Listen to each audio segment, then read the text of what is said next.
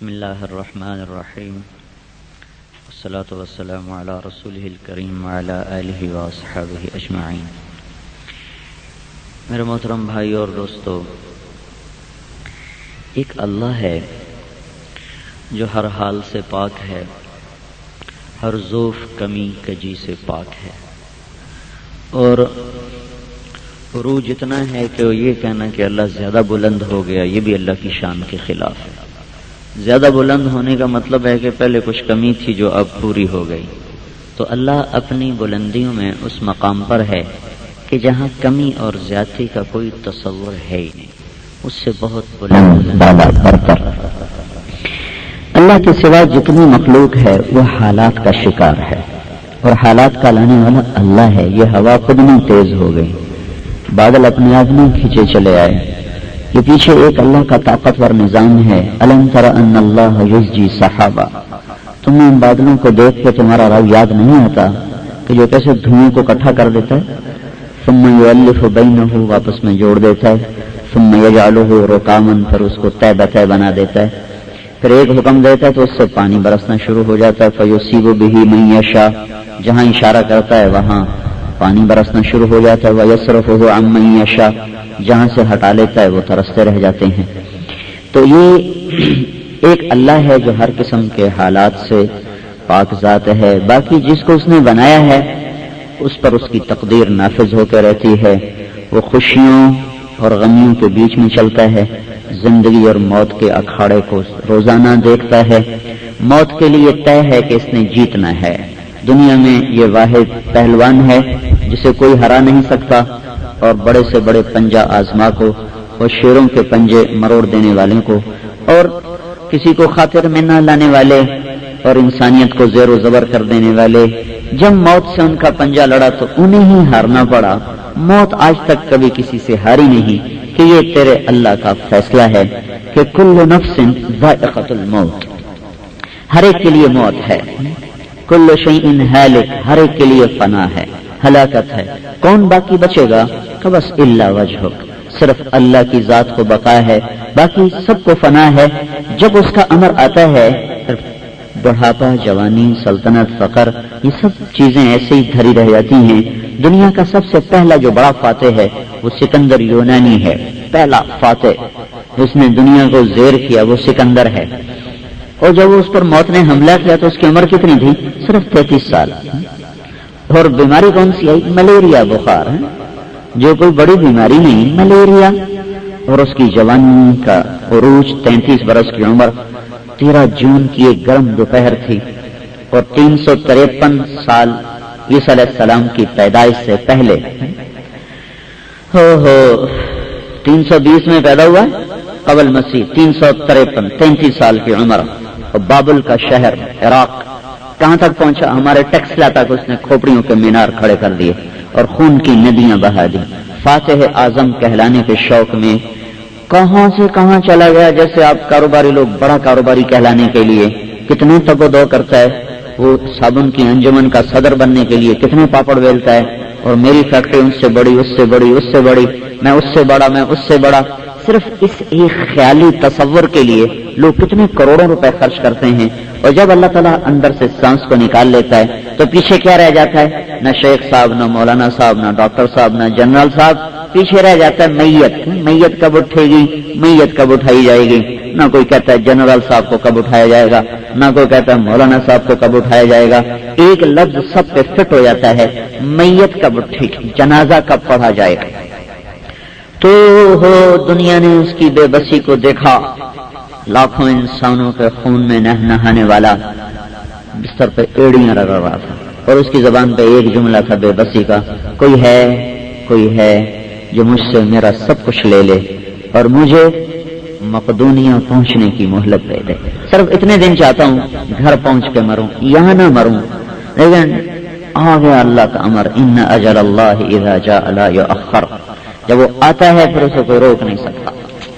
اجل ہی نے چھوڑا نہ کسرا نہ دارا، اسی سے سکندر صفا سے بہارا، ہر ایک لے کے کیا کیا نہ حسرت سدھارا، پڑا رہ گیا سب یہیں ٹھاٹھ سارا، جگہ جی لگانے کی دنیا نہیں ہے، عبرت کی جا ہے تماشا نہیں ہے۔ تو یہ اللہ کا فیصلہ میرے بھائیو کہ موت نے جیتنا ہے، زندگی نے ہارنا ہے. وہ کسی بھی روپ میں اللہ کے مقرب ہوں، اللہ کے دشمن ہوں، سکندر جیسا دشمن ہو، محمد مصطفیٰ صلی اللہ علیہ وسلم جیسا محبوب ہو، موت ہر ایک پر آئے گی. صرف ہمارے نبی کے لیے اتنا کیا گیا کہ ان سے پوچھا گیا ہے، یہ اعزاز صرف آپ کو دیا گیا، نہ پہلے کسی کو ملا نہ آئندہ تو خیر سوال ہی نہیں پیدا ہوتا. پیچھے نبی تھے تو کسی سے یہ بات ہو سکتی تھی، تو پیچھے تو کسی سے ہوا نہیں، آئندہ ہو نہیں سکتا. آپ کے لیے اتنا کیا گیا کہ جب آپ کے جانے کا وقت آیا تو جبریل اندر آ گیا اور ملک الموت باہر کھڑا ہو گیا، اندر نہیں آیا. جبریل نے اندر آ کے عرض کی یا رسول اللہ ملک الموت باہر دروازے پر ہے، اندر آنے کی اجازت چاہتا ہے. آپ کی اجازت ہوگی تو اندر آئے. تو آپ نے اجازت دے دی، ہاں ٹھیک ہے آ جائے. تو ملک الموت اندر آ گیا. کہنے لگا یا رسول اللہ جب سے موت کا کام میرے ذمہ لگا ہے، یہ پہلا دن ہے، اللہ نے تو کہا تھا اجازت لے کے جانا، بن اجازت نہ جانا. اور یا رسول اللہ جب سے موت کا کام میرے ذمہ لگا ہے، یہ پہلا موقع ہے، اللہ تعالیٰ نے فرمایا پوچھ لینا، آنا چاہیں تو لے آنا، رہنا چاہیں تو چھوڑ کے آ جانا. اب آپ جیسے کہیں گے میں ویسے کروں، اب ہمیں کون پوچھے گا؟ آپ نے فرمایا اگر میں کہوں تو میری جان بھی نکالو گے؟ کہاں جی آپ کی بھی نکالوں گا، اللہ کا امر ہے، میں تو بے بس ہوں. تو آپ نے ایسے جبریل کو دیکھا، آنکھوں میں سوال کی آنکھوں سے تمہاری کیا رائے ہے؟ جبریل سے پوچھا ایسے تمہاری کیا رائے ہے؟ تو اس نے جبریل نے کہا یا رسول اللہ آپ کی ملاقات کا شوق رکھتے ہیں، پابندی آپ پہ کوئی نہیں ہے، شوق ہے. تو ہمارے نبی نے ارشاد فرمایا اچھا تو ایسا کرو، ملک الموت سے فرمایا جاؤ پہلے اللہ تعالیٰ سے پوچھ کے آؤ، میرے بعد میری امت کے ساتھ کیا کرے گا میں پھر جواب دیتا ہوں. تو ملک الموت کھڑا انتظار کا جواب ہے. یہ بھی کیسی موت ہے کہ ملک الموت کو انتظار کرنا پڑ رہا ہے. تو ملک الموت کھڑا انتظار میں ہے اور جبریل واپس چلے گئے اللہ کے نبی کا پیغام لے کر. اوپر سے جواب آیا، وہ گئے اور آئے، جواب آیا کہ آپ کے بعد ہم آپ کی امت کو تنہا نہیں چھوڑیں گے، ساتھ دیں گے. تو اس پر آپ نے ارشاد فرمایا الآن قرۃ عینی، اب میری آنکھیں ٹھنڈی ہیں. تو آپ نے کہا اللہم الرفیق الاعلی، یا اللہ پھر اب اپنے پاس بلا لے. جب آپ نے یہ فرمایا تو جبریل جو تھے نا، جبریل وہ بھی غمزدہ ہو، کہنے لگے یا رسول اللہ اگر آپ نے یہ فیصلہ کیا ہے تو میرا بھی پھر آج دنیا میں آخری دن ہے، آج کے بعد میں بھی اس دھرتی پہ کبھی نہیں آؤں گا. وحی کا وہ پاک سلسلہ جو آدم علیہ السلام سے چلا وہ آج ختم ہو گیا. آج میں آخری دفعہ دھرتی پہ چھو رہا ہوں، یہ ذمہ داری ختم. تو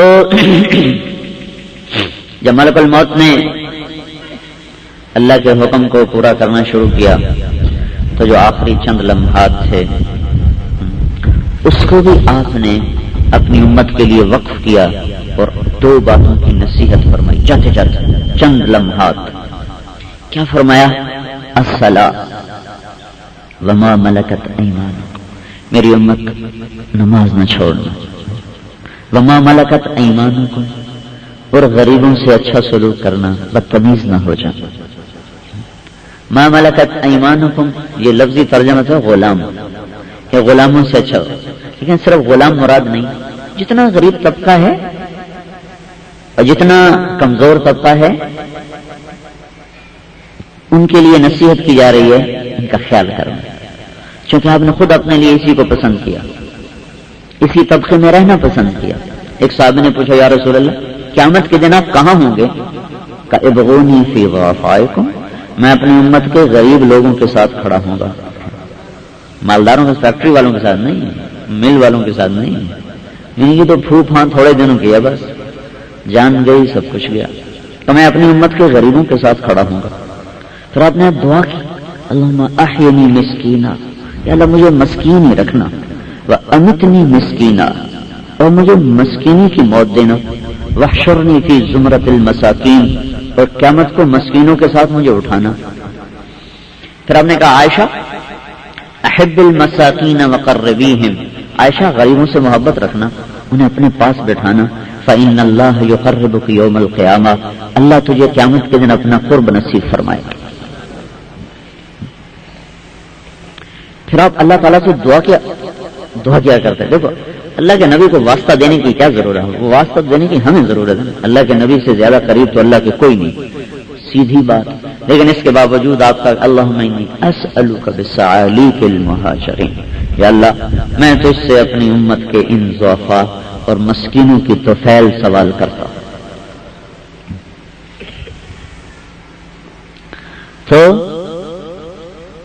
آپ نے فرمایا میں جب قیامت میں جاؤں گا، جنت میں جاؤں گا، جب میں جنت میں داخل ہوں گا تو میرے ساتھ دائیں بائیں کون ہوں گے؟ معی فقراء المؤمنین، میری امت کے غریب لوگ میرے ساتھ ہوں گے، میرے ساتھ ساتھ ہوں گے۔ پھر آپ نے فرمایا اللہ تعالیٰ قیامت کے دن فرشتوں سے کہے گا یہ جو لوگ کھڑے ہوئے ہیں جاؤ ان کو سلام کرو۔ کچھ لوگ کھڑے ہوں گے تو اللہ تعالیٰ کہیں گے بھائی ان کو سلام کرو۔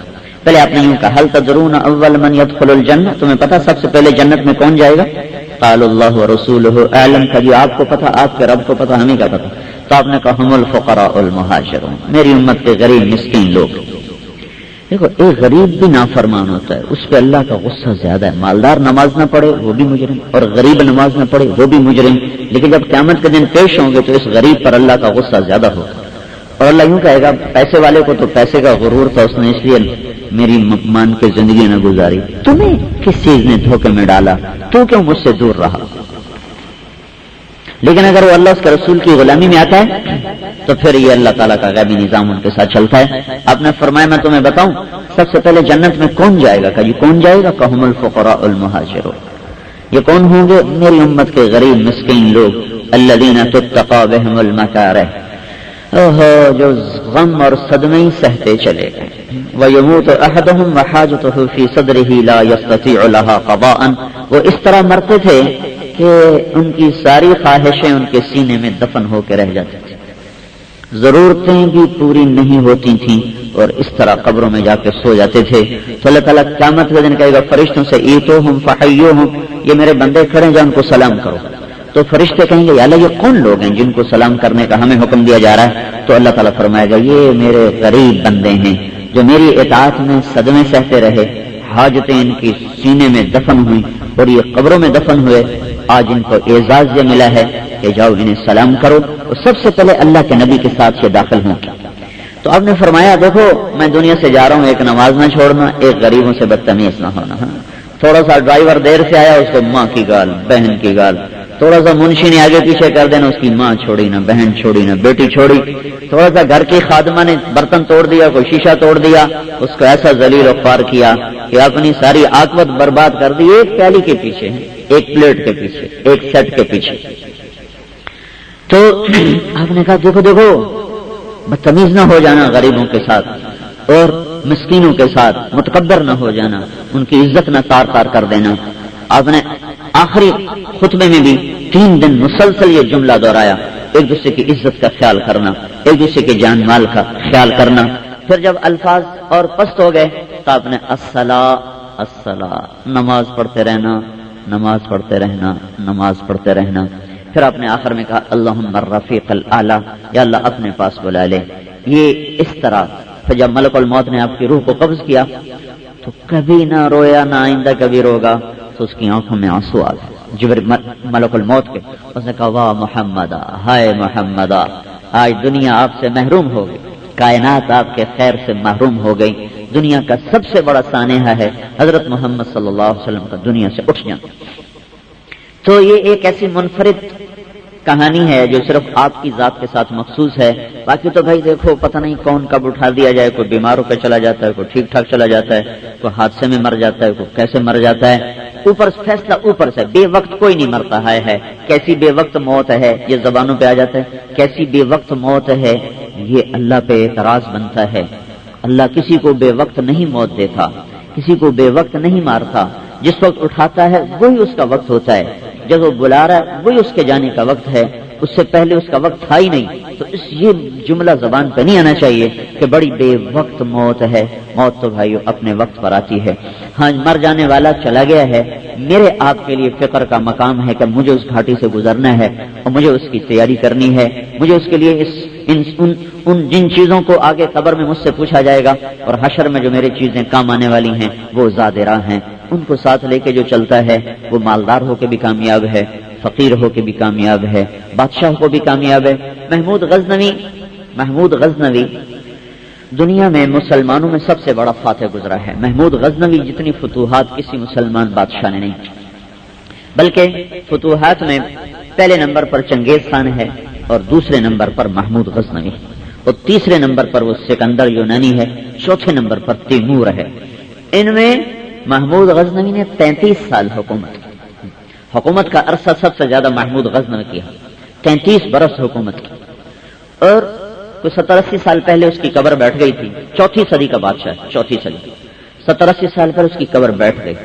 اس کی قبر کو جب ٹھیک کرنے کے لیے دوبارہ کھودا گیا تو اندر دیکھا تو اس طرح اس کی میت پڑی تھی جیسے ابھی کوئی اس کو دفن کر کے گیا. اس کو مرے ہوئے 1000 سال ہو چکے, اس کا کفن بھی میلا نہیں ہوتا.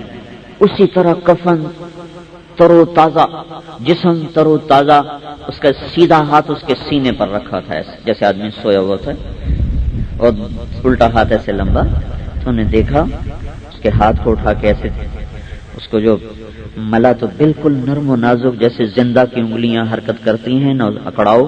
1000 برس مٹی میں کوئی پڑا رہے وہ کہاں سلامت رہتا ہے.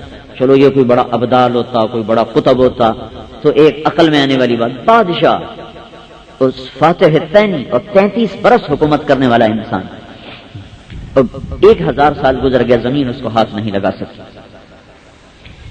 تو اللہ تعالیٰ نے ہمیں ایسا طریقہ زندگی دیا ہے حضرت محمد صلی اللہ علیہ وسلم کی توفیل میرے بھائیوں کہ جس سے آدمی دونوں جہان کی زندگی بنا سکتا ہے. اس کے برعکس بھی ہوا ہے. سلیمان بن عبد الملک کو دفن کرنے لگے. سلیمان بن عبد الملک بھی بادشاہ ہے اور بہت چھوٹا ہے محمود غزنوی کے مقابلے میں, اور حکومت بھی تھوڑی سی کی ہے, 2-2.5 سال, بس 2-2.5 سال کی حکومت ہے. جب اس کو قبر کے قریب لائے تو اس کا جسم ہلنے لگا. تو اس کے بیٹوں نے کہا ہمارا باپ زندہ ہے. تو عمر بن عبدالعزیز جنازے میں شریک تھے. انہوں نے فرمایا بل عجل اللہ بالعقوبہ, کہ بھتیجو زندہ نہیں ہے, قبر کا عذاب پہلے شروع ہو گیا ہے, جلدی چھپاؤ اپنے باپ کو, عذاب پہلے شروع ہو گیا ہے, جلدی کرو. بل عجل اللہ بالعقوبہ, جلدی چھپاؤ. یہ بھی ایک رخ ہے, وہ بھی بادشاہ ہے, یہ بھی بادشاہ ہے. جب حضرت عمر کا انتقال ہونے لگا تو انہوں نے رجا بن حیبہ کو بلا کے فرمایا دیکھو میں نے 3 خلفاء کو اپنے ہاتھوں سے دفن کیا, عبد الملک کو بھی, ولید کو بھی, سلیمان کو بھی. جب ان کو قبر میں رکھا اور ان کے چہرے, ان کے کفن کی گرہ کو کھولا تو میں نے دیکھا ان کا چہرہ قبلے سے ہٹ چکا تھا. ہم تو فٹ کرے کے رکھتے ہیں نا قبلہ, کل جب میں نے گرہ کھولی تو ان کا چہرہ یوں مڑ چکا تھا, بالکل الٹی طرف ہو چکا تھا اور چہرے کا رنگ سیاہ پڑ چکا تھا. عبد الملک کو رکھا, یہی دیکھا. ولید کو رکھا, سلیمان کو رکھا, تینوں کے ساتھ یہی ہوا. چند سیکنڈ میں قبر میں جب رکھا جاتا ہے تو گرہ کھولنے میں کیا دیر لگتی ہے, چند سیکنڈ میں یہ ہو چکا تھا, رنگ سیاہ پڑ چکا تھا اور قبلے سے چہرہ ہٹ چکا تھا. تو کہا میں جا رہا ہوں, وہی حکومت, وہی سلطنت, وہی تخت, انداز بدلا. انہوں نے اپنے طریقے پر کی, انہوں نے اللہ کے رسول کے طریقے پر کی. تو کیا فرق دیا اللہ تعالیٰ نے؟ کوئی صابن کی فیکٹری چلا کے نہیں مر رہے, 3 بر اعظم کی حکومت چلا کے موت آ رہی. تو جب ان کو قبر کے قریب کیا گیا تو سلیمان کا جسم تو ہلنے لگا تھا. ان کے ساتھ کیا ہوا, ایسے ہوا چلی اور ایک پرچہ لہراتا ہوا, سب نے دیکھا, یوں بل کھاتا ہوا آیا اور عمر کے سینے پر آ کے گر گیا. جب اس کو اٹھا کے دیکھے گا تو اس پہ لکھا ہوا تھا بسم اللہ الرحمن الرحیم, پہلی سطر.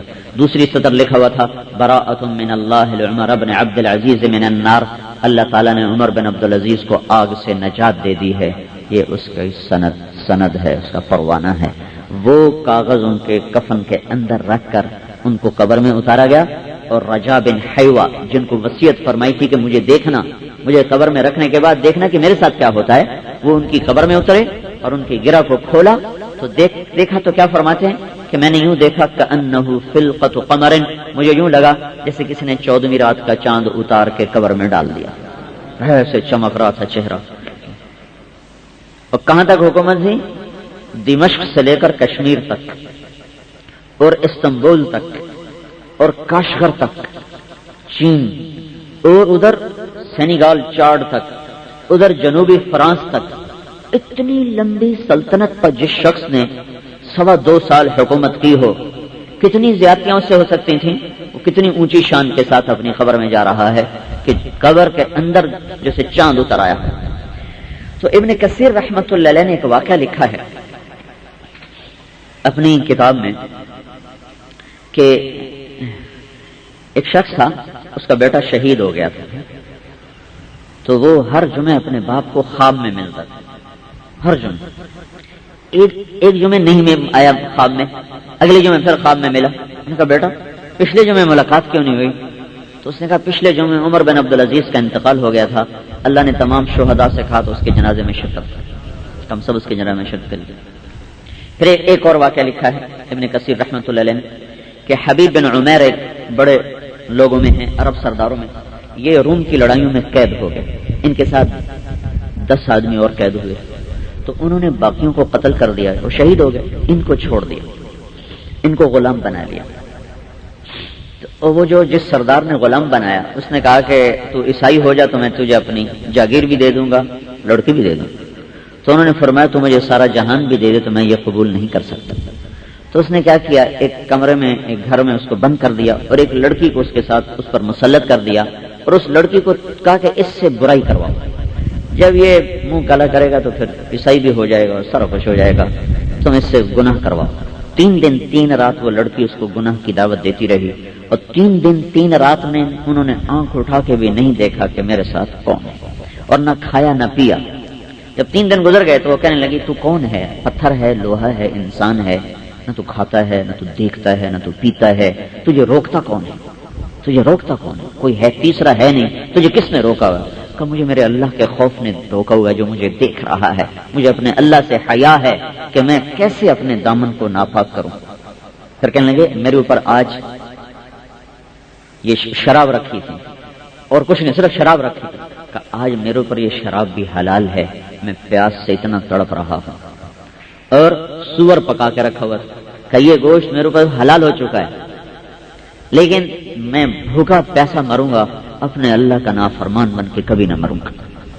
تو اس لڑکی نے کہا تیرے جیسے کا مر جانا یہ تو انسانیت کے لیے داغ ہے، میں تجھے بچاؤں گی، میں تیرا ہیلا کروں. وہ جو آئی تھی اس کو گمراہ کرنے، وہ خود اب اس کے بچانے کے چکر میں ہے.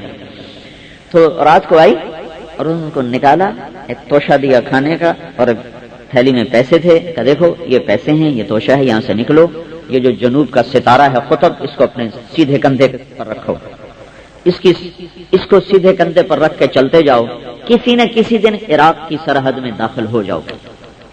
عراق کے چل پڑے، رات کو چلتے دن کو چھپ جاتے، رات کو چلتے دن کو چھپ جاتے. اس زمانے میں تاروں سے دیکھ کر ہی سفر ہوتا تھا، سمت طے ہوتی تھی. کہنے کہ چوتھی رات تھی کہ ایک دم پیچھے سے نہ گھوڑوں کے ہنہنانے کی اور ان کے دوڑنے کی آواز آئی، تو میں نے کہا پکڑا گیا، آ گیا پکڑنے والے. اچانک وہ میرے سر پر پہنچے تو ایک نے کہا حبیب، میں حیران ہوا، پیچھے جو مڑ کے دیکھا تو وہ میرے ساتھی جو شہید کیے گئے تھے سارے گھوڑوں پر سوار. اب میں نے کہا تو تم تو سارے قتل ہو گئے، تم یہاں کہاں ہو؟ لا تقولوا لمن يقتل في سبيل الله اموات، میری راہ میں قتل ہونے والوں کو مردہ نہ سمجھنا، بل احیاء، زندہ ہیں، ولکن لا تشعرون، تمہاری عقل و خرد سے اوپر کی کہانی ہے. تو کہنے لگے ہاں ہم تو سارے شہید ہو چکے ہیں، لیکن آج رات عمر بن عبدالعزیز کا انتقال ہو گیا ہے، ان کا جنازہ ہے، اس کی شرکت کے لیے سارے شہداء کو حکم دیا گیا کہ حاضری دو. تو ایک نے کہا گھر جاؤ گے؟ میں نے کہا ہاں. کہا ہاتھ پکڑاؤ. تو میں نے ہاتھ کو کھینچا، کھینچا تو مجھے پیچھے بٹھا لیا. مجھے یوں لگا جیسے گھوڑا چند قدم چلا تو اس نے اپنی کوہنی مار کے یوں مجھے گرا دیا. تو یوں کر کے جو گرایا تو میں نے اٹھ کے دیکھا تو گھر کے دروازے کے آگے کھڑا ہوا تھا. تو یہ بھی ایک موت ہے کہ شہداء جنازے کے لیے آ رہے ہوں، اور یہ بھی ایک موت ہے کہ قبر انگارے بن چکے. مسلم بن عقبہ جس نے حملہ کیا یزید کے حکم پر مدینہ منورہ، واقعہ حراجہ ہوا، یزید کے حکم پر مدینے پر لشکر کشی ہوئی اور 3 دن اللہ کے نبی کا شہر لٹتا رہا.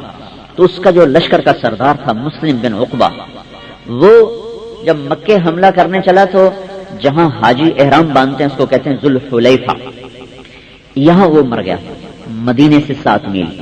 تو انہوں نے اس کو وہاں دفن کیا اور حسین بن نمیر کو اپنا لشکر کا امیر بنا کے چل پڑے مکہ.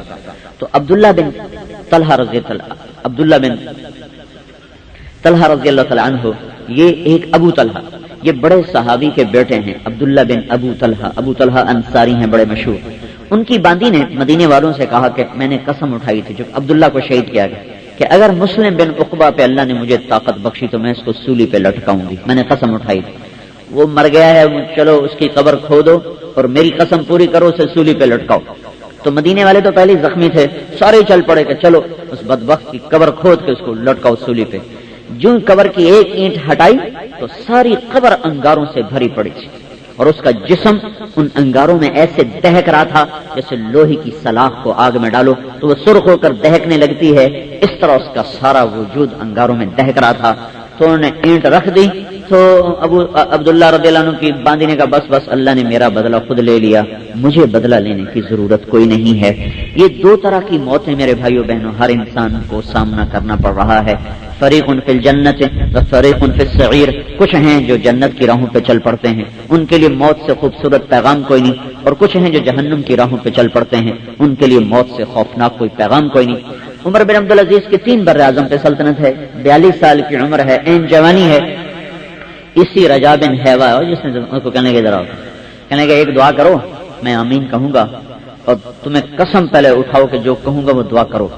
وہ کہنے کہ پہلے آپ دعا تو بتاؤ۔ کہا نہیں، پہلے قسم اٹھاؤ کہ جو کہہ رہا ہوں وہ دعا کرو گے، پھر میں دعا بتاؤں گا۔ جب اصرار کیا تو اس نے قسم اٹھا لی، کہا اچھا جی میں قسم کھاتا ہوں۔ کہا اچھا دعا بتاؤ۔ کہا دعا یہ ہے کہ دعا کرو اللہ مجھے اپنے پاس بلا لے، میں مرنا چاہتا ہوں، زندہ نہیں رہنا چاہتا۔ انہوں نے کہا میں یہ دعا کیوں کروں، ساری انسانیت کی محرومی آپ کا مرنا۔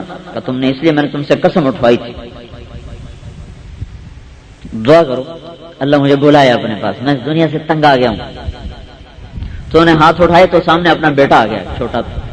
کہنے یہ بیٹا مجھے بڑا پیارا لگتا ہے، اس کے لیے دعا کرو یہ بھی میرے ساتھ ہی جائے۔ تو انہوں نے ہاتھ اٹھائے، 1 ہفتہ پورا نہیں گزرا کہ ایک ہی دن باپ بیٹا دنیا سے چلے گئے۔ تو جس نے اللہ کی اطاعت میں زندگی گزاری ہے اس کے لیے موت سب سے خوشگوار پیغام ہے۔ منظر خوفناک ہے، آنکھیں بند ہوئی پڑی ہیں، لوگ پھٹے پہ ڈال رہے ہیں، کرتے پھاڑ رہے ہیں، نہلا رہے ہیں، میت کو اٹھا کے قبر میں ڈال رہے ہیں، اوپر مٹی ڈال رہے ہیں۔ لیکن یہ سوچو اللہ نے اپنے نبی کو بھی تو قبر میں ہی ڈالا ہے۔ اگر یہ قبر ایسا خوفناک مسئلہ ہوتا تو اللہ اپنے نبی کے لیے تو محل بنوا کر کہتا بس سنگ مرمر کا محل بناؤ اور اس میں میرے نبی کی چارپائی کو رکھ کے دروازہ بند کر کے چلے جاؤ۔ وہ آپ بھی قبر میں ہی گئے ہیں۔ ہم گئے اردن، 1991 میں ہماری جماعت اردن گئی، وہاں بڑا خوبصورت انہوں نے بنگلہ دکھایا پہاڑ کی چوٹی پر۔ ان کا یہ شخص شاہ حسین کا پائلٹ رہا ساری زندگی۔ ایک دفعہ شاہ حسین کے ساتھ مدینے گیا تو وہ بادشاہوں کو وہ جالی کے اندر لے جاتے ہیں، تو کہ اندر لے گئے تو یہ پائلٹ شاہ کے ساتھ کھڑا ہوا، فاتحہ پڑھ رہے تو اس کے دل میں خیال آیا ہوئے اللہ کا نبی کتنے اندھیرے میں پڑا ہوئے، وہاں بجلی کوئی نہیں، وہاں لائٹ کوئی نہیں، پھر آگے چاروں طرف سے دیوار بند ہے، پھر آگے قبر مبارک ہے۔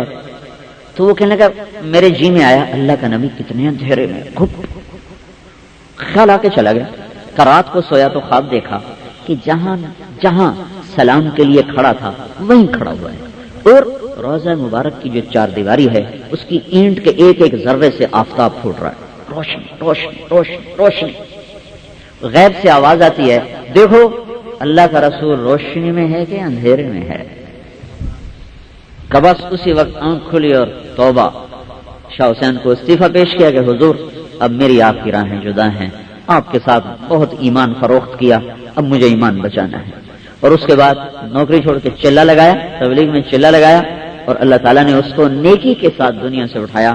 جب ساری چیزوں سے طائب ہو گیا تھا اور تبلیغ میں بھی خوب نقل و حرکت کر رہا تھا، اسی طرح کرتے کرتے اللہ تعالیٰ نے چند دنوں کے پاس اسے اپنے پاس بلا لیا۔ یہ کامیاب انسان کی موت ہے۔ تو بھائیو جانے والا تو چلا ہی جائے گا، موت ایک ناگوار چیز نظر آتی ہے۔ جھونپڑے اور خیمے میں رہنے والا موت کی تمنا نہیں کرتا، ایسے گھروں میں رہنے والا کب چاہتا ہے کہ مجھے اٹھا لیا جائے، بلا لیا جائے، پر کیا کریں اللہ کا فیصلہ ہے، اسے اٹھانا ہی ہے، اسے لے جانا ہی ہے، اسے زیر زمین پہنچانا ہی ہے۔ جس سے راضی ہو گیا اس کے لیے جنت کا نظام بن گیا، اس کے لیے قبر جنت کا باغ بن گیا، راحت کے دروازے کھل گئے۔ ہاں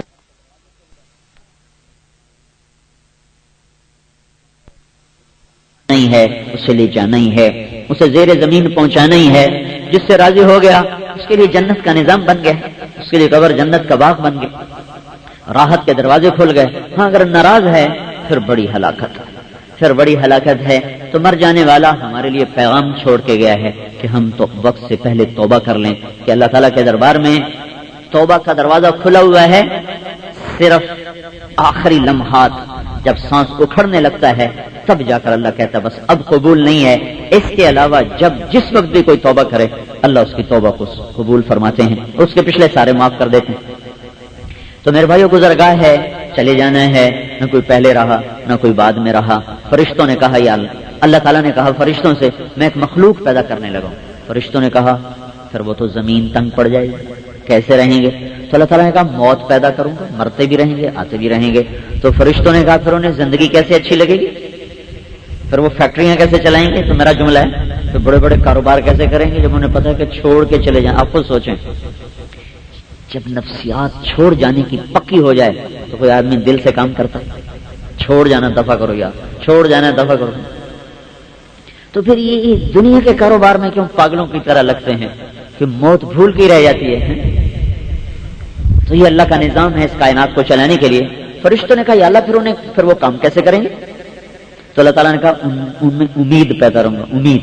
امید کے چکر میں چلتے رہیں گے، امید کو آسرا بنا کے چلیں. تو بھائیو جانا جب طے ہے تو تیاری بھی عقل مند کے ذمہ ہے. القیس من دان نفسہ، سمجھدار انسان وہ ہے جو اپنے نفس کا حساب کرے. وعمل لما بعد الموت، اور موت کے بعد کی تیاری کرے. والعاجز من اتبع نفسہ ہواہا وتمنى علی اللہ الامانی، نادان دیوانہ ہے جو موت تو سر پہ ہو اور وہ خالی امیدوں کے سہارے زندگی گزار رہا ہو کہ اللہ بڑا غفور اور رحیم ہے، آپ کو ہی معاف کر دے گا. یعنی دو طبقے ہیں گمراہ ہونے میں، دو طبقے. ایک طبقہ یہ ہے جو کہتا ہے ہماری تو بخشش ہے ہی کوئی نہیں، ہماری تو معافی ہے ہی کوئی نہیں، لہذا جو کرنا ہے یہیں کر لو.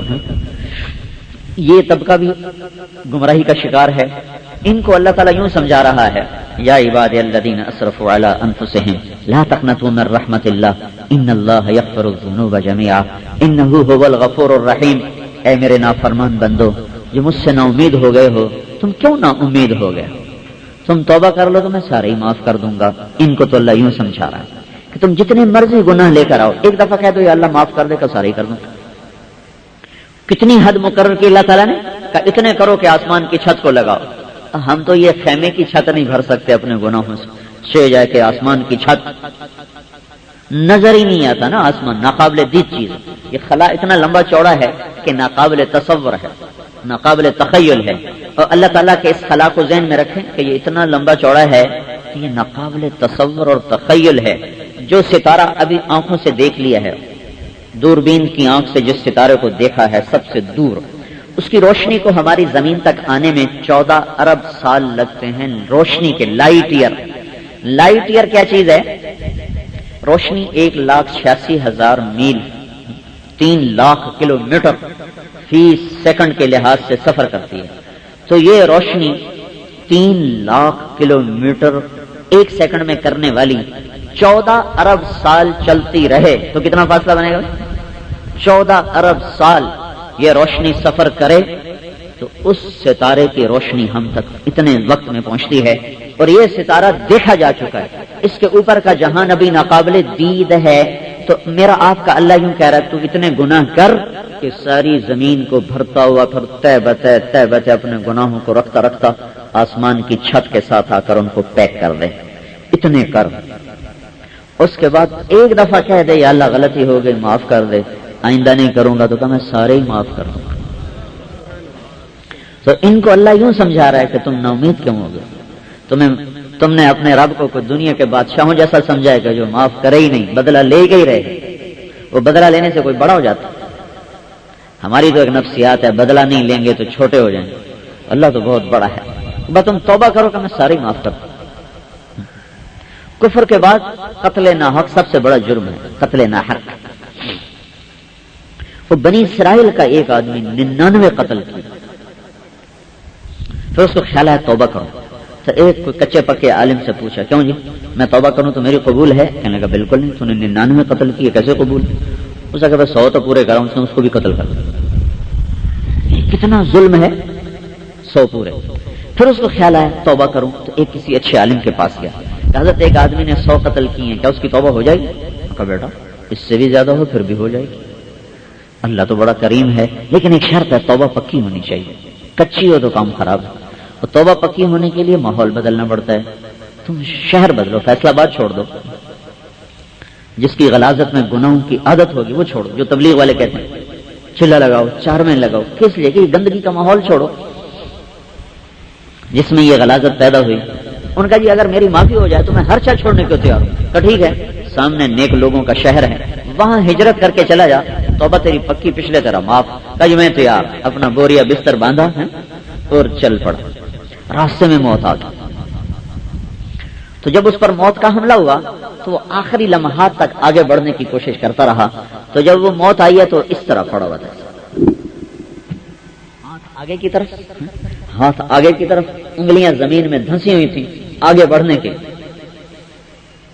اللہ تعالیٰ نے یہ کہانی ہم تک پہنچانے کے لیے خود ہی نا جنت کا فرشتہ بھی بھیج دیا، دوزخ کا بھی بھیج دیا. اب اللہ نے بھیجا تو ہے، ویسے کیسے آ سکتے؟ جنت ہی گیا. اور دونوں میں تکرار، وہ کہا یہ ہمارا آدمی، وہ کہا ہمارا آدمی.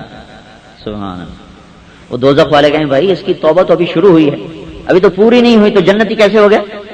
وہ جنت والے کہیں بھائی شروع ہو کر اللہ پوری سمجھ لیتا ہے، ہو گئی جنتی ہو گیا. اب دونوں میں جب فیصلہ نہیں ہوتا، اللہ نے کہا چلو بھائی ایک تیسرا فرشتہ جاؤ ان میں فیصلہ کرو. کیا کروں؟ کہا دیکھو زمین ناپو، جدھر قریب ہے ادھر کا، جدھر قریب ہے ادھر کا. نیک لوگوں کی بستی کے قریب ہے تو جنتی، اور اپنے گھر کے قریب ہے تو دوزخی. جب فاصلہ ناپنے لگے تو نیکوں کا شہر دور تھا اور اپنا شہر قریب تھا. جو اس نے فاصلہ طے کیا تھا تھوڑا، جو باقی وہ زیادہ. تو اللہ تعالیٰ نے ادھر کی زمین سے کہا سکڑ جا، اور ادھر کی زمین سے کہا پھیل جا. زمین دھرتی اللہ کی، وہ سکڑ گئی، یہ پھیل گئی. ناپا گیا تو ادھر قریب ہو گیا، ادھر سے دور ہو گیا. اللہ نے کہا چلو جنت میں ڈال، ہم ان کو خود ہی نمٹا دیں گے. اصل تو بدلہ اللہ نے دینا ہے نا، تو اللہ دے دے گا. کہاں ہم اس کا بدلہ خود دے دیں. تو ایک بڑا طبقہ ہے جن کو شیطان نے یہ چکر دیا ہوا ہے، اتنے گناہ کیے ہیں اب کیا توبہ کرنی، آخر عمر میں کیا خاک مسلمان ہوں گے. میں کہتا ہوں آخری عمر نہیں، آخری گھنٹے میں بھی ہو جائے تو بھی اللہ معاف فرمانے والا. ایک دوسرا طبقہ ہے جو یہ کہتا اللہ بڑا غفور الرحیم ہے، اور جو آپ ہی معاف کر دیں، آپ ہی فیکٹری چل جاتی ہے، آپ ہی صابن بن جاتا ہے، آپ ہی بازار میں فروخت ہو جاتا ہے. کوئی ایسی فیکٹری دیکھی؟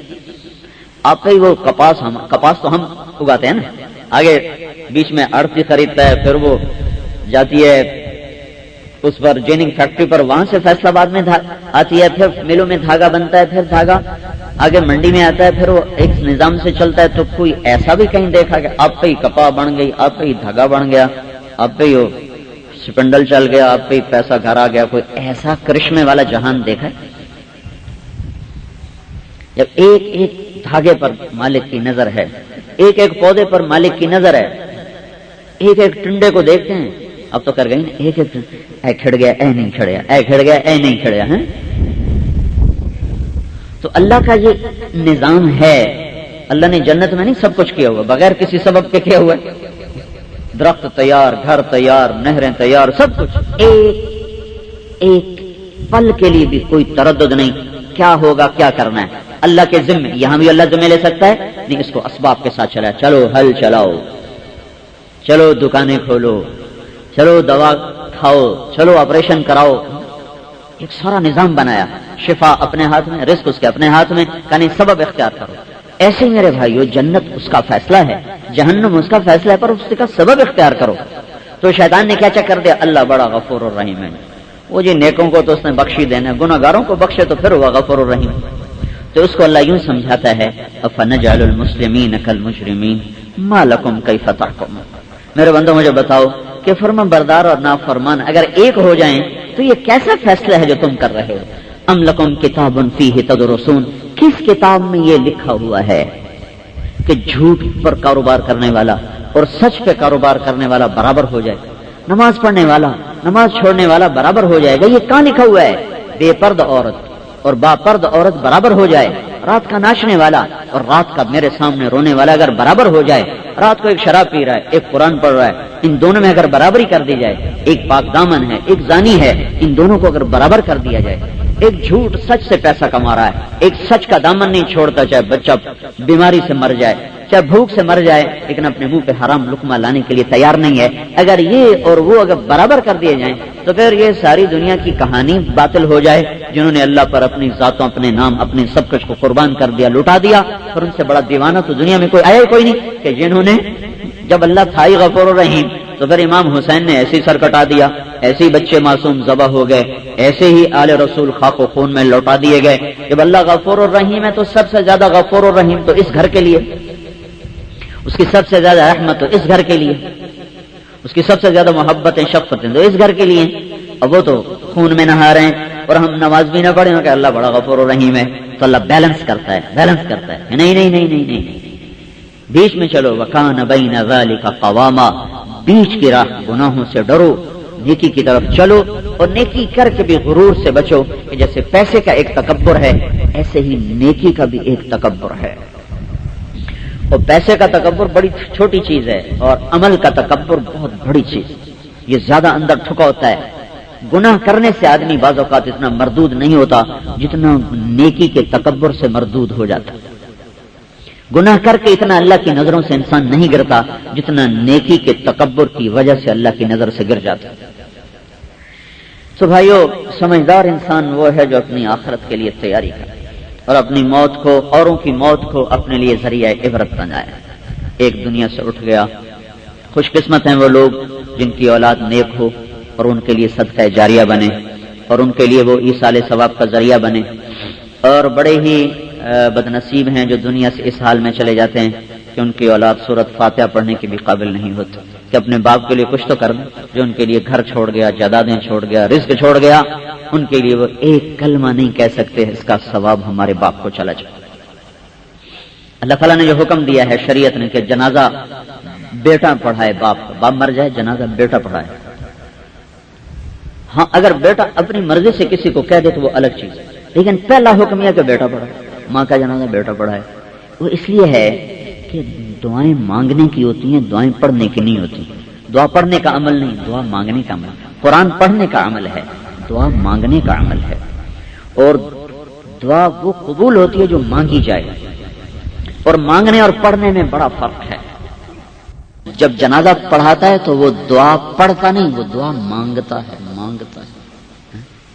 جس کا مرا ہوا نہیں وہ پڑھ کے چلا جاتا ہے، جس کا مرا ہے وہ مانگتا ہے۔ یہ فرق بہت بڑا فرق ہے، یہ میں نے کسی کتاب میں نہیں پڑھا، مجھے یہ عملی طور پہ اس وقت پتا چلا جب میں نے اپنے باپ کا جنازہ پڑھایا۔ جنازے بعد میں بھی پڑھائے، جنازے پہلے بھی پڑھائے۔ ماں کے جنازے میں شریک نہیں تھا، میں حج پہ تھا، ان کا پیچھے انتقال ہوا، اس کا زخم آج بھی میرے اندر تازہ ہے۔ اور باپ کے جنازہ میں نے خود پڑھایا، تو جب میں نے اللہ اکبر کہا تو مجھے پتا چلا کہ میں کسی اور کیفیت میں، اور مجھے محسوس ہوا کہ میں پڑھ نہیں رہا ہوں، میں مانگ رہا ہوں، مانگ رہا ہوں۔ اور مانگنے اور پڑھنے کا فرق مجھے اسی دن سمجھ میں آیا۔ اور مانگتا وہی ہے جس سے زخم ہو۔ تو اگر یہ بچے اس قابل ہوتے کہ باپ کا جنازہ خود پڑھاتے تو مجھے پڑھانے کی کیا ضرورت ہے؟ میں وہ درد کہاں سے لوں؟ میرا تو نہیں مرا، جس کا مرتا ہے درد تو اسی کو ہوتی، جس کو زخم لگے ہائے وہی کرتا ہے، اور ہائے ہی اللہ سننا چاہتا ہے۔ اللہ نے دعا کی قبولیت کی بھی جو شرط لگائی ہے میں اس پہ قربان ہوں، تقوی نہیں لگائی۔ اس کو پتا ہے تقوی والے تو 100 میں ایک بھی کوئی، لاکھ میں ایک کوئی نہیں، سننی سب کی ہے، رب جو سب کا ہوا۔ تو اس نے دعا کی قبولیت کی کیا ہم سے ایک ڈیمانڈ کی، بس امن یجیب المضطر اذا دعا، کہ تم تڑپ کے دکھا دو میں سن لوں۔ اب ہمیں تڑپنا نہیں آتا اللہ کے سامنے۔ ہمارے مولوی صاحبان کو کچھ دعائیں یاد ہیں، وہ ایسے ہاتھ اٹھا کے گانا شروع کر دیتے ہیں جیسے کہ کبھی کسی نے مانگا گا کا، کبھی کسی۔ اب ان فقیروں کو دیکھو، فقیروں کو جو کھڑے ہوتے ہیں ان کا چہرہ، حالانکہ وہ سارے کاروباری لوگ ہیں، روزانہ کتنے پیسے بنا کے دیکھو کیسے مسکین چہرہ بناتے ہیں، کیسے پھٹے پرانے کپڑے پہنتے ہیں، ایسے اپنے بچوں کو ایسے حلیہ بناتے ہیں، پھر اس وقت تک نہیں ہلتے جب تک آپ کی گاڑی حرکت نہ کر لے، چاہے آپ ان کی طرف دیکھ بھی نہیں رہے، آپ سیدھا بیٹھے ہوئے ہیں اور آپ اس کو شیشہ بند کر کے آپ کھولنے کی بھی آپ گوارا نہیں کر رہے نا، کھولنا بھی گوارا نہیں کر رہے، آپ اس کو اپنے عمل سے بتا رہے ہیں کہ چلے جاؤ میں کچھ نہیں دوں گا، پھر بھی وہ ٹھک ٹھک ٹھک ٹھک اور سراپا عاجز بن کے مانگ رہا ہوتا ہے۔ کبھی اس نے آپ کو راگ میں سنایا، راگ سنایا یا رو کے سنایا؟ تو ہم دعائیں بھی راگ میں مانگتے ہیں، پیچھے ہم لوگ بیٹھے نہ ہمیں پتہ ہے وہ کیا کہہ رہا ہے، آمین آمین کرتے ہیں، تو ہم نے مانگنا سیکھا نہیں۔ تو میرا اللہ کہتا ہے تڑپ کے دکھا دو، سن لوں گا۔ امن یجیب المضطر اذا دعا ویکشف السوء ویجعلکم خلفاء الارض االہ مع اللہ، ہے کوئی میرے سوا جو تمہاری سنے پھر بھی مجھے ہی نہیں پکارتے ہو، میرے ہوتے ہوئے اوروں کو بلا رہے۔ کتنی عجیب بات ہے کہ میں تمہارے ساتھ شہرک سے زیادہ قریب، زندہ حاضر باش، مجھے نہیں پکارتے اور مخلوق کو پکارتے ہو، کیسے دیوانے ہو۔ تو میرے بھائیو، اپنی اولاد کو اس قابل بنا کے جاؤ کہ آپ کا کچھ کر تو سکیں۔ پھر ایک ستم یہ ہے کہ ہمارے ہاں یہ بچہ، ہاں جی مول صاحب بچے گال دو، ابا جی مر گئے قرآن پڑھن، کوئی مرا کہ وہ پڑھیں گے؟ جب ہمارا باپ کا انتقال ہوا تو ایک تو مجھے یہ اندازہ ہوا کہ میں نے جب نماز پڑھائی تو مجھے اندازہ لگا کہ میں آج کسی اور کیفیت میں ہوں۔ اس دن مجھے یہ سارا مضمون سمجھ میں آیا، پھر میں ہر ایسے موقع پہ اس کو بیان کرتا ہوں۔ پھر میں صبح خود جا کے اپنے باپ کی قبر پہ بیٹھ کے پڑھتا تھا۔ میرا ایک دفعہ سورہ اخلاص پڑھنا ان سینکڑوں قرآن سے افضل ہے جو ہم مدرسوں سے لے کے آتے ہیں۔ اب خود سوچو یہ کیسی نادانی کی بات ہے۔ مسجد میں مول صاحب ختم دے گیا جی، آگے وہ بھی جانتے ہیں یہ بے وقوف جاہل ہیں، کو پتہ تو کچھ ہے نہیں، لکھو جی 50 ختم۔ ہاں جی مول صاحب ابے دے 50 ختم ہو گئے۔ خود نہیں پڑھنا ہے، خود نہیں پڑھنا، مدرسے سے بچے آ کے پڑھیں، کیوں پڑھیں بھائی؟ ان کا کوئی باپ مرا کہ وہ پڑھیں؟ کیا پتہ وہ آپ کے اس سالے سے آپ کے لیے نیت ہی نہ کرے، ادھر آ کے پڑھیں اور نیت نہ کریں تو ثواب جائے گا؟ ثواب تو نیت سے جاتا ہے۔ انہوں نے آ کے روٹی بھی کھائی، پڑھ بھی لیا اور نیت ہی کوئی نہیں کی تو کیسے ملے گا؟ تو یہ ہر والد پر فرض ہے، جیسے آج کی اولاد نافرمان ہے، آج کے ماں باپ بھی ظالم ہیں کہ اپنی اولاد کو کاروبار سکھاتے ہیں، اپنی اولاد کو دین نہیں سکھاتے، ان کو وہ طریقہ زندگی نہیں سکھاتے جس سے وہ خود جہنم سے بچیں اور ان کے دنیا سے اٹھ جانے کے بعد وہ اولاد ان کے لیے نفع بخش ثابت ہو اور ان کی بخشش کا وہ سامان بنے۔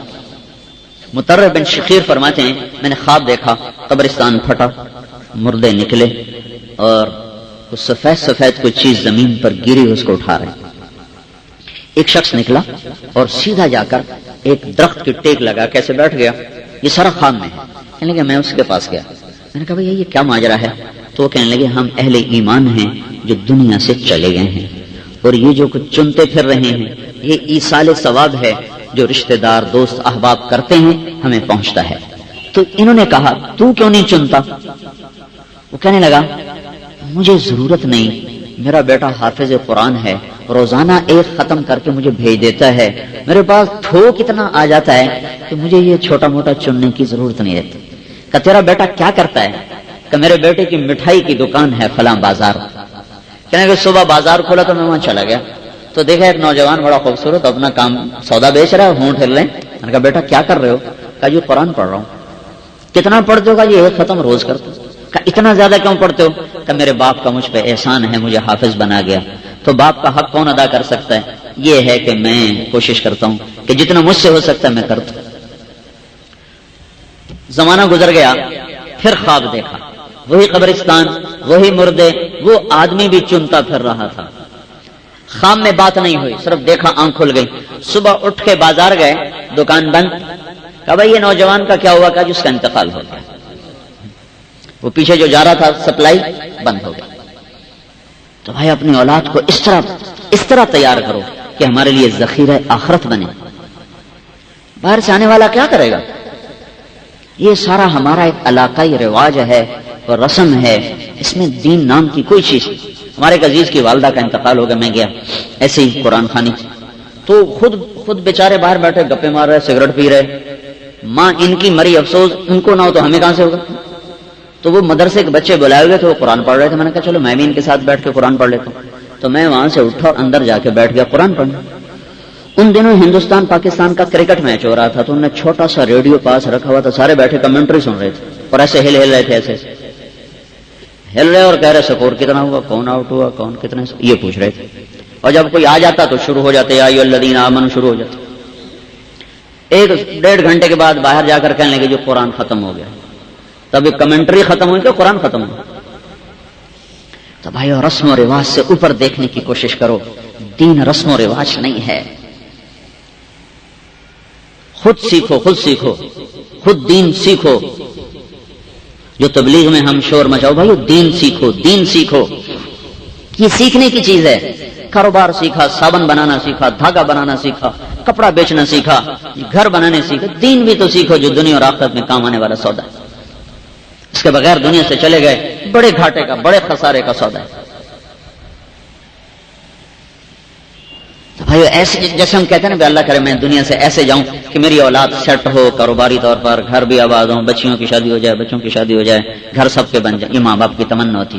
یہ بھی تو ساتھ جوڑو کہ میں اس طرح دنیا سے جاؤں کہ میرے بچے میرے بعد میرے لیے ایصال ثواب کرنے والے ہوں، میری جنت کا ذریعہ بننے والے ہوں، میرے رفع درجات کا ذریعہ بننے والے ہوں، ان کی نیکیاں مجھ تک پہنچنے والی ہوں، تاکہ ہم مرنے کے بعد بھی اپنا صدقہ جاریہ چھوڑ کے جائیں، ہمارا کاروبار چلتا رہے. یہ ہمارے اوپر فرض ہے. یہ ماں باپ کا جرم ہے جو اولاد کو نہیں سکھائے.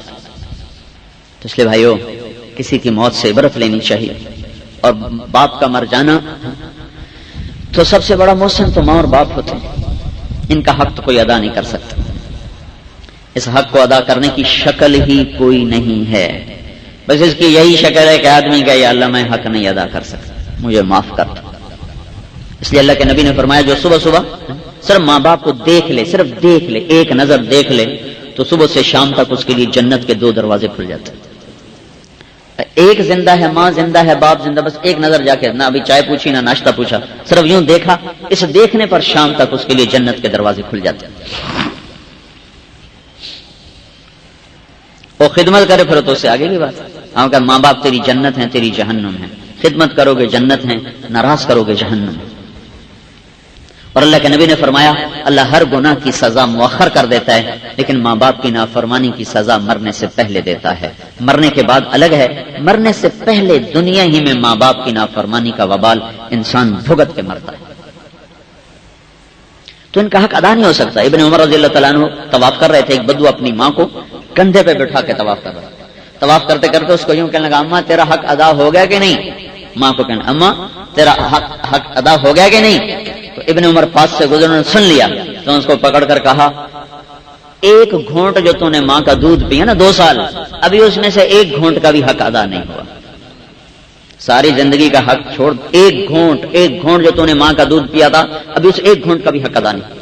اور ایک روایت میں یوں آتا ہے کہ ایک بدو نے طواف کیا، ماں کو کروایا، پھر ابن عمر کے پاس آ کر کہنے لگا کیوں جی میں نے ماں کا حق ادا کر دیا. تو ابن عمر نے فرمایا تیری ماں نے تجھے پالتے ہوئے جو تھک تھک کے کروڑوں سانس لیے ان میں سے بھی ایک سانس کا بھی حق ادا نہیں. ایک شخص حضرت عمر کے پاس آیا، کہا جی میں نے اپنی ماں کی وہ خدمت کی ہے جو میری ماں نے میری کی تھی. اس نے پیشاب دھوئے میں نے دھوئے، اس نے پکانے اٹھائے میں نے اٹھائے، اس نے کھلایا میں کھلایا، تو کیا میں نے ماں کا حق ادا کر دیا؟ تو عمر نے فرمایا نہیں. کیوں؟ کہ تیری ماں تجھے پالتے ہوئے ہر وقت دعائیں کرتی تھی یا اللہ اس کو زندگی دے، یا اللہ اس کو زندگی دے. تو اپنی ماں کی خدمت کرتے ہوئے روز دعا کرتا ہے یا اللہ اس کو اٹھا لے، تھک گیا ہوں، اٹھا لے، تھک گیا. کہنے لگا صدقت یا امیر المؤمنین، سچ کہا آپ. تو بھائی اپنی زندگی کے لیے زاد راہ اکٹھا کرو جس میں صدق و امانت، عبادات، ماں باپ کی خدمت، میاں بیوی کا حسن سلوک، یہ بہت بڑا سرمایہ ہے جو ساتھ جانے والا ہے. ایک دفعہ موسیٰ علیہ السلام نے کہا یا اللہ میرا جنت کا ساتھی کون ہے؟ تو اللہ تعالیٰ نے فرمایا فلاں قصائی تیرا جنت کا ساتھی. موسیٰ علیہ السلام بڑے حیران ہوئے، قصائی کو کیسے میرا ساتھی بنا دیا؟ کوئی ابدال قطب ہوتا ہے کہ فلاں قصائی. موسیٰ علیہ السلام گئے بازار تو ایک قصائی بیٹھا گوشت بیچ رہا. جب شام ہوئی تو چھوٹا سا گوشت کا ٹکڑا تھیلے میں ڈال کے چل پڑا. موسیٰ علیہ السلام نے کہا کہ میں بھی تیرے ساتھ آ جاؤں؟ کہنے لگے آ جاؤ. اس کو نہیں پتا یہ موسیٰ ہے. گھر پہنچا تو اس نے جا کر پہلے جلدی سے اس کو کاٹا، ہانڈی چڑھائی، اسے پکایا، پھر روٹی پکائی ہے. پھر ایک بوڑھی عورت ایسے لیٹی ہوئی روئی کی طرح اس کو اٹھا کے کندھے کا سہارا دیا، پھر لقمے بنا بنا کے اس کو کھلایا، پھر اس کا منہ صاف کیا. تو اس بوڑھی نے کچھ کہا، پھر وہ اس کو لٹا دیا. تو موسیٰ علیہ السلام نے کہا یہ کون ہے؟ کہا جی میری ماں ہے، اس کا خدمت گزار کوئی نہیں، میں ہی ہوں اس کا نوکر بھی خادم بھی، صبح اس کے سارے کام کر کے جاتا ہوں، شام کو واپس آ کر پہلے اس کے کام کرتا ہوں، پھر اپنے کام دیکھتا ہوں۔ تو موسیٰ علیہ السلام نے کہا یہ کیا کہہ رہی تھی؟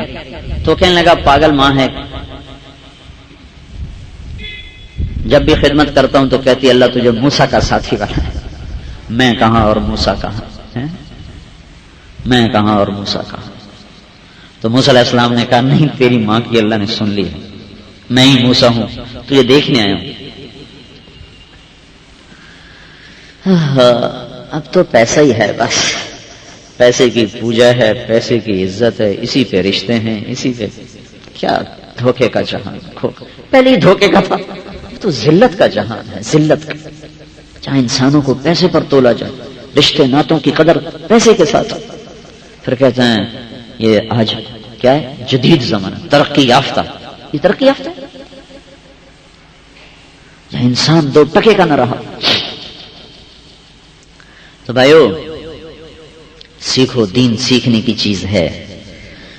تو اس وقت اللہ نے تبلیغ کا کام، بہت خوبصورت کام ہمیں دیا ہے، پوری دنیا کے انسانوں کے لیے ہدایت کا پیغام ہے اور درس عبرت ہے۔ آج کا زمانہ گناہوں کی ایک نہ ختم ہونے والی رات ہے اور ادھر سے اللہ تعالیٰ کی نشانیاں ہیں۔ تو میں حیران ہوں اخبار والے کیسے بے وقوف ہیں، یہ اتنے بڑے اللہ کی نشانی کو کہہ ہی نہیں رہے کہ یہ اللہ کا عذاب ہے، لوگ توبہ کرو۔ تو نہ کوئی لکھنے والا، نہ کوئی بولنے والا۔ آتش فشاں پہاڑ پھٹا، طوفان آ گیا، 1 لاکھ لوگ مر گئے۔ یہ اللہ کی طرف سے ایک نشانی ہے۔ میں نے آج صبح سے ہم بیٹھتے ہیں تو میں نے مسجد میں اپنے ساتھیوں سے کہا کہ میں تو 20 سال سے یہ حدیث بیان کر رہا ہوں کہ سمندر روز اللہ سے کہتا ہے یا اللہ اجازت دے میں چڑھ جاؤں، ما من یوم الا والبحر یستأذن ربہ فی ان یغرق ابن آدم۔ روزانہ سمندر اللہ سے اجازت مانگتا ہے یا اللہ اجازت دے میں ان پہ چڑھ جاؤں، تو اللہ اس کی لگام روک کے رکھ۔ زمین کہتی ہے یا اللہ اجازت دے میں پھٹ جاؤں، فرشتے کہتے ہیں یا اللہ اجازت دیں ہم اتر جائیں، اور اللہ کہتا ہے چپ میں اس کی توبہ کا انتظار کر رہا۔ تو یہ ایک نشانی ہے اللہ کی طرف سے کہ لوگ توبہ کریں، توبہ کریں۔ اگر توبہ نہیں ہو رہی تو کام اور خطرناک۔ تو بھائیو موقع ایسا ہے کہ ہمیں توبہ کرنی چاہیے، اور آج کی رات جتنا گناہ ہوگا، آج کی رات تو سو نہیں، مانگو اللہ سے، رو۔ اتنے لوگ ہیں جو شراب پیئیں گے، زنا کریں گے، وہ گانے بجائیں گے، تو کہیں بھائی ہاں ان کی حقارت نہ دل میں آئے کہ حقیر سمجھنا تو گناہ کبیرہ ہے، ہاں ان کے گناہ کی حقارت ضرور ہو۔ ہمارے مسلمان بھائی ہیں، ان کو کسی نے سمجھایا نہ بتایا نہ، اس لیے وہ ادھر چل پڑے۔ کوئی بتاتا تو شاید یہ سب کچھ نہ کرتے، بتایا نہیں، تو حقیر سمجھنے سے ہم برباد ہو جائیں۔ جو کچھ کر رہے ہیں اس کی حقارت ہو، کرنے والوں سے محبت ہو، اس محبت میں اللہ سے رات کو آج اٹھ کے مانگو۔ 12 بجے لوگ بدماشی کریں، آپ سجدوں میں پڑ جاؤ اور اللہ کے سامنے روو کہ یا اللہ اپنی پکڑ سے ہمیں بچا لے اور امت کو صحیح رخ نصیب فرما دے۔ اس لیے بھائی اللہ موقع دے تو تبلیغ میں جاؤ، اپنے زندگی کی ترتیب اللہ رسول کی منشا کے مطابق بناؤ، تاکہ آنے والے وقت میں پتہ نہیں کب وقت آئے جب اللہ بلائے تو سرخرو ہو کر دنیا سے جائیں۔ اللہ تعالیٰ ان کی بخشش فرمائے، ہمارا جمع ہونا قبول فرمائے۔ اللهم لك الحمد كما انت اهله فصل على محمد كما انت اهله افعل بنا ما انت اهله انك اهل التقوى واهل المغفرة۔ اے میرے مالک، تو نے اپنے بندے کو اپنے پاس بلایا، تو ہی اس کے ساتھ بخشش کا معاملہ فرما، خطاؤں سے درگزر فرما۔ یا اللہ ہم تیرے امتحان پہ پورے اتر ہی نہیں سکتے، یا اللہ اگر تو تفصیلی امتحان لینے پہ آیا تو ہم میں سے کوئی بھی نہیں نجات پا سکتا۔ یا اللہ تو اپنے فضل کا معاملہ فرما، جتنے یا اللہ ہماری خطائیں ہیں وہ ساری معاف کر دے، جو نیکیاں ہیں ٹوٹی پھوٹی وہ قبول فرما لے۔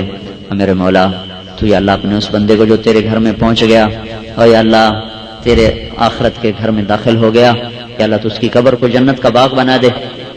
یا اللہ اس کی نیکیوں کو قبول فرما، گناہوں سے درگزر فرما، ان کی اولاد کو صدقہ جاریہ فرما، ان میں آپس میں محبت پیدا فرما، جوڑ پیدا فرما، انہیں اپنی ماں کا فرما بردار بنا، اپنی ماں کی آنکھوں کی ٹھنڈک بنا، اپنے باپ کی قبر کے ٹھنڈا ہونے کا ذریعہ بنا، اپنے باپ کے درجات کی بلندی کا ذریعہ بنا، ان کو دن بدن نیکی میں ترقی عطا فرما، نافرمانی سے نفرت عطا فرما، ان کا آپس میں جوڑ، اتفاق اور محبت قائم فرما۔ ماں کی دعاؤں کو لینے والا ان کو بنا، ان کا خدمت گزار انہیں بنا، اور یا اللہ اپنے اپنے وقت پر ہم سب کا خاتمہ ایمان پہ فرما، اور ہماری اولادوں کو ہمارے لیے صدقہ جاریہ بنا، اور یا اللہ جو تیری ناراضگی کے آثار نظر آ رہے ہیں یا اللہ تو اپنے غصے کو دور کر دے اور اپنے بندوں کے لیے ایمان اور اسلام کا ہدایت کا دروازہ کھول دے، ہمیں اپنا بنا لے، ہمیں اپنے سے دور نہ فرما۔ وصلی اللہ تعالی علی النبی الکریم، آمین برحمتک یا